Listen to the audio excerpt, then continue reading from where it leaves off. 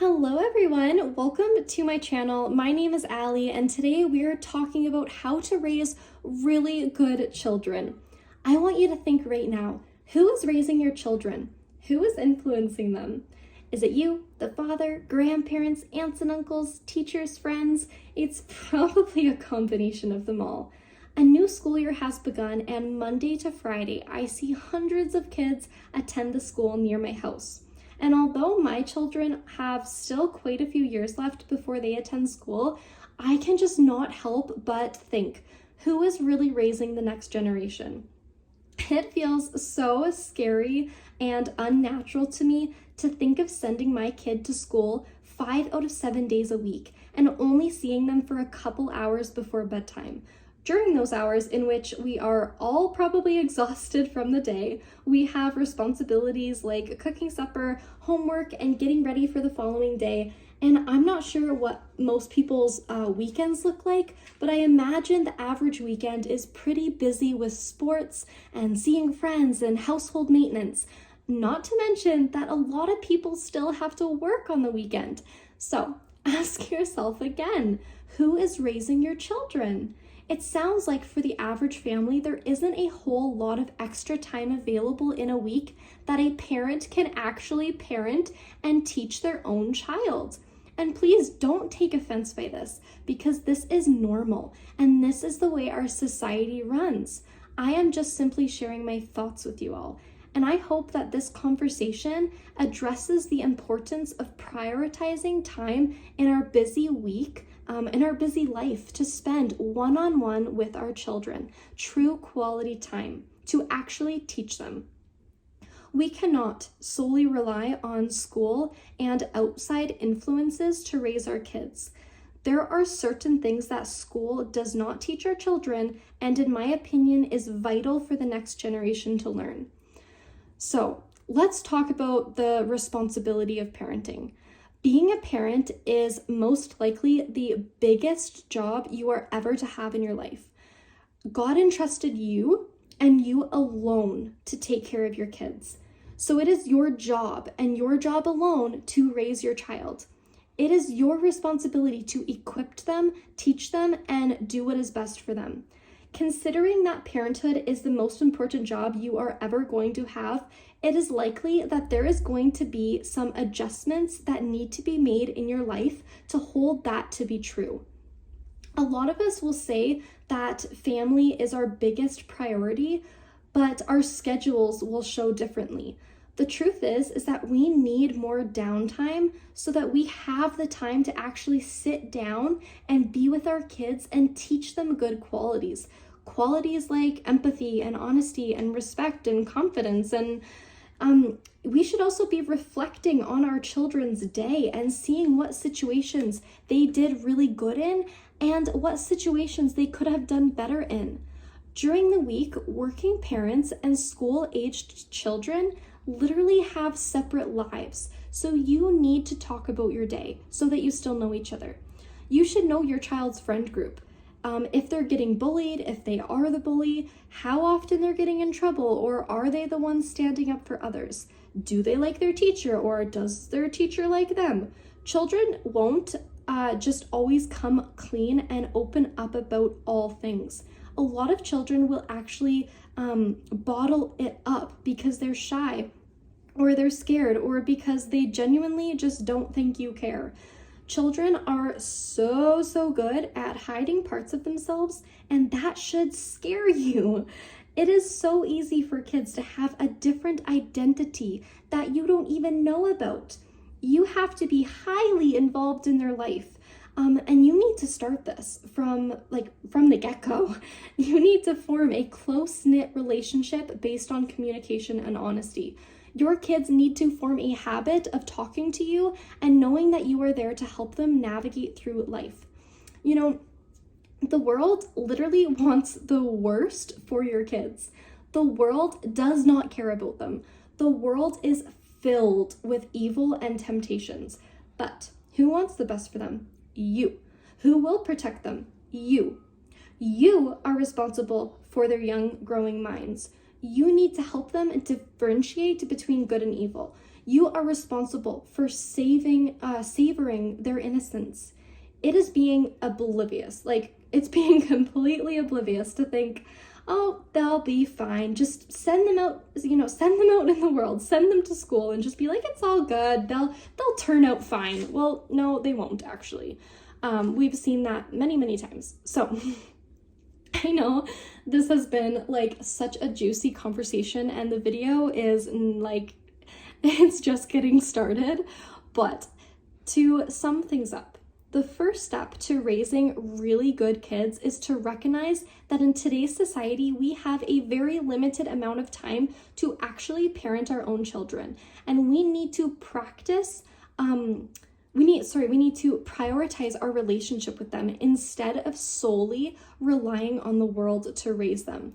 This may mean simplifying your schedule by reducing extracurricular activities, or maybe it's by not booking your time solid with visiting extended family and friends. Maybe it's taking a job closer to home. If financially possible, maybe it's that one parent stays home and one parent goes to work. Maybe it's not working overtime. Maybe it is hosting events at your own house rather than your kids always being at someone else's house. I know for me, it's my dream to homeschool, and I know that that is not for everyone, and I know it has its perks and flaws, but that's just me, and I know that in today's society, it's really hard to live off of one income, so I doubt I'll ever be able to live out that dream, but that's me.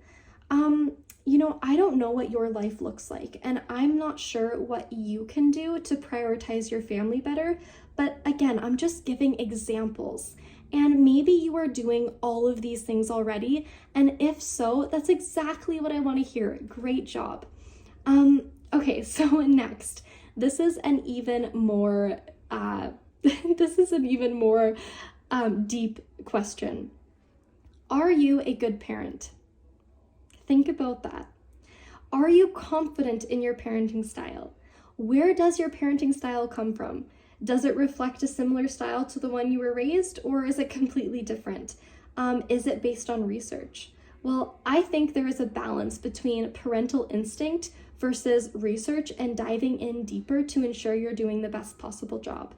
As a parent, you should always be learning and advancing in your parenting.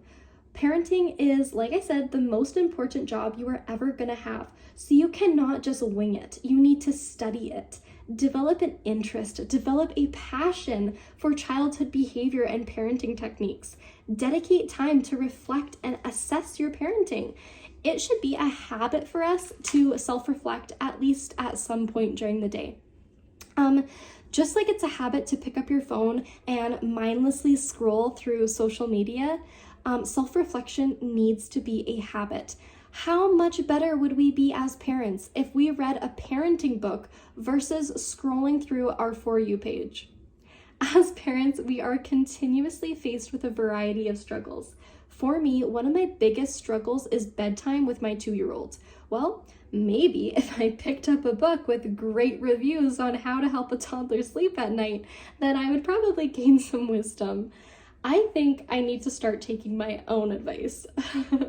And once again, I just want to make it so clear that everything I'm saying in today's video is just my thoughts. I am not an A+ parent, and I have a lot of improving to do.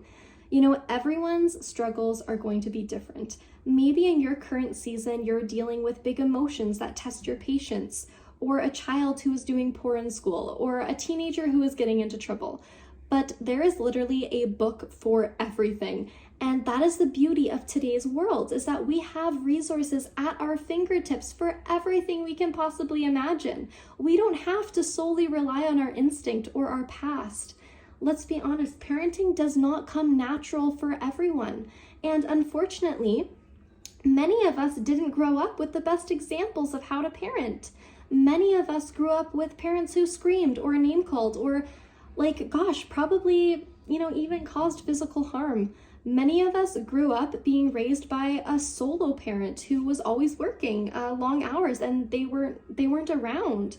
And I'm going to say with confidence that the majority of people probably carry some sort of emotional trauma from their childhood, which has the ability to impact your parenting today. For me, I grew up in a house where there was lots of screaming, and I knew that I did not want my children to be exposed to that. You know, prior to my relationship that I have now with Andy, my fiance and my kid's father, I was in a long-term relationship with another man, and to be honest, there was so much fighting and yelling. And thankfully, we both knew that we needed to break up, and thank the Lord, because now I'm in this relationship I have now, and there's no yelling and fighting. It's just non-existent. And in times where I am frustrated or I'm having a bad day, there is this fierce little lady who lives inside of me that is so tempted to raise her voice, and not gonna lie, at times it has raised. But because I have addressed this trait, I've announced it, I'm aware it's something I don't like, I have told myself, I've told Andy, I have told God that I will not raise my voice anymore. And now I am accountable for holding that and for controlling that trait. I have surrendered that part of me, and I have chosen to break the cycle of a screaming household. I believe to be a good parent, you need to somewhat humiliate yourself. You have to point out your worst flaws, and you need to actively work on those flaws. Nobody is perfect, and we all come with a little bit of baggage, but we are also in control of ourselves, and we have the power to change and break the cycle. My spouse, although he is practically perfect in my eyes, he still has his own battles that he's working on. We all do. And our children, they do not need us to be perfect, but they do need us to acknowledge our imperfections, and they need to hear us apologize when we mess up. And they need to see that we're actively working on being a better self. It is a dangerous game to have too much pride to say you're sorry. I think all of us have probably waited for an apology that never came. And when that happens, you become distant to that person to protect yourself from not getting hurt again. And we do not want our children to be distant to us. Here's the thing. The battles that you refuse to fight, your kids will have to fight. Your inability to control lust means your son will have to fight that battle. It blows my mind how fathers, married men, treat women. In front of their young boys, they sexualize a woman's body rather than teaching them to have eyes only for their wives. Your inability to confront your insecurities means your daughter will have to fight that battle. This is another one that I'm really working on. I spend far too long in the morning getting ready, changing outfits, and just looking in the mirror and not liking what I'm seeing. But I would never want my daughter to think a single inch of her body is anything less than perfect. Your inability to surround yourself with respectable friends who are good influences means your children will struggle to find a good friend group. If you as a parent are socializing with people who are getting drunk every weekend, doing drugs, sleeping around, in and out of jail, well then you are displaying qualities that your children will look for in their friends. Your inability to break the cycle of divorce means your children will have to fight that battle. So I tell you today to fight your battle so that your kids don't have to. Parenting should show you just how flawed we all are, because we see things that we do that we don't want our children to do. And parents can be such hypocrites. And children can see right through that. Children learn by example, and they want to walk in our footsteps. I really hate the saying, do as I say, not as I do. Because if we as parents cannot be strong enough to make good choices, then how can we expect our children to be? Parents need to parent themselves. Ask yourself right now, do you need to step up your parenting game? Because I know for me, I do at times. I want to ask you one final question, and that is, what do you want your children to take away from their childhood when they move out? I want you to write that question down, and I want you to answer it yourself. I have gone ahead and I've made a list of 5 critical lessons that I want my kids to learn that will equip them to be the best version of themselves. But I want to pause. I just want to do a part 2 to this video. So subscribe to my channel, stay tuned for the part 2. And I'm gonna share with you the 5 lessons. And it's gonna be a good one, but I want you to answer that question yourself. I'll say it one more time. What do you want your children to take away from their childhood when they move out? So part 2 is gonna answer that video. This video was a long one. It was jam-packed with enriching information for parents.